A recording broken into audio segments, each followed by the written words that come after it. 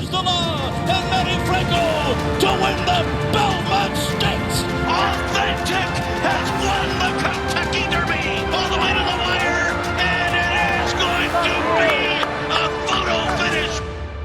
Hi, everybody. Welcome to Breeders' Cup Focus. I'm Dan Illman along with Mike Beer. In this edition of Breeders' Cup Focus, we're going to take a look at the top contenders for the Breeders' Cup Classic. Let's take a peek at the top 10 as ranked by DRF's Jay Privman in preliminary morning line order. The order of the morning line ranked by DRF's Brad Free. Bob Baffert has Improbable. Bob Baffert has Authentic. Bob Baffert has Maximum Security.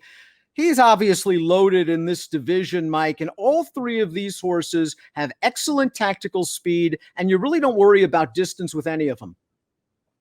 Yeah, you really don't. I mean, they're three really, really nice horses. And it felt like, Maximum Security was holding on to his lead in this division when Baffert took over earlier this summer.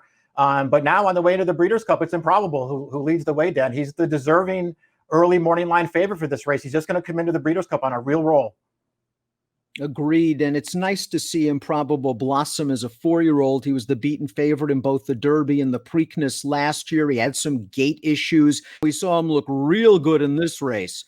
The Awesome again, where he beats Maximum Security. We turn into the stretch. Improbable is already taking control. Maximum Security in the Pink Silks, a little late to change leads this day. Didn't look like vintage Maximum Security in this race. He is able to get up for second, but no match for Improbable. Do you think Baffert was using this race as a prep for Maximum Security? He seemed a little bit flat at times.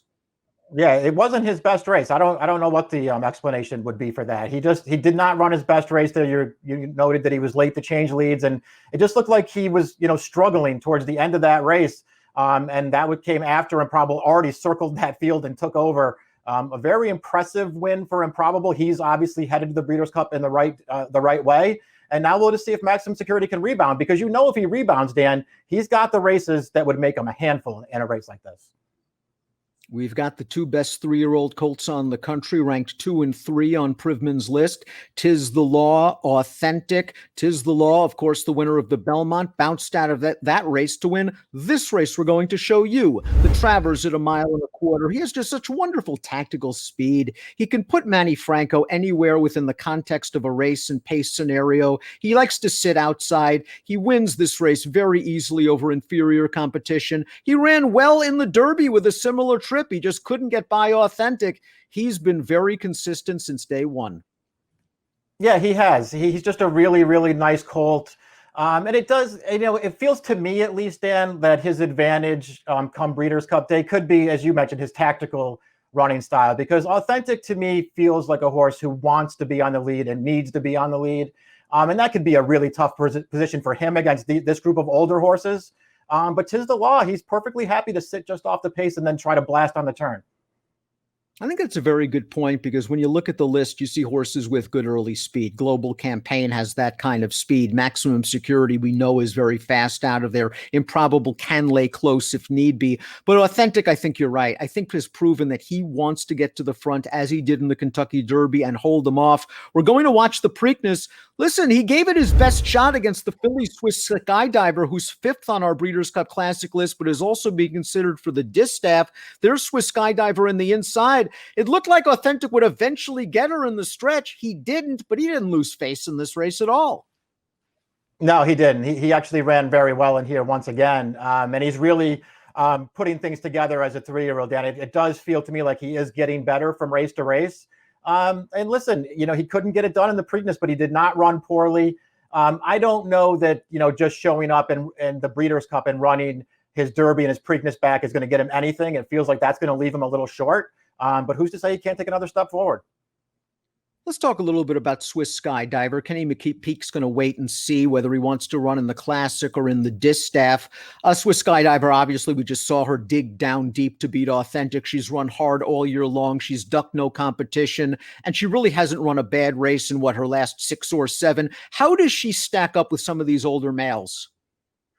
I don't know that she does. But listen, they ran her in the Preakness. They took their shot there, and McPeek was 100% right to do that, and it worked out for them. I feel like running her in the Classic might not serve her all that well. I don't know how competitive she can be with some of these horses, Dan, but she's just a really, really nice horse. And wherever he decides to run her, I just hope that she shows up and runs another good one, because she deserves to go out that way.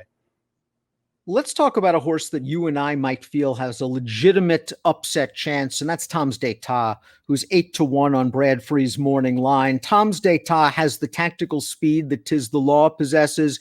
He's older, he's more mature, he's run some very fast races, and he was completely compromised in his last race when he was beaten by Improbable. He was the favorite, I believe, in that race. He went to his knees at the start and then just had no pace to run at. He's a lot better than that running line's going to look come Breeders' Cup time.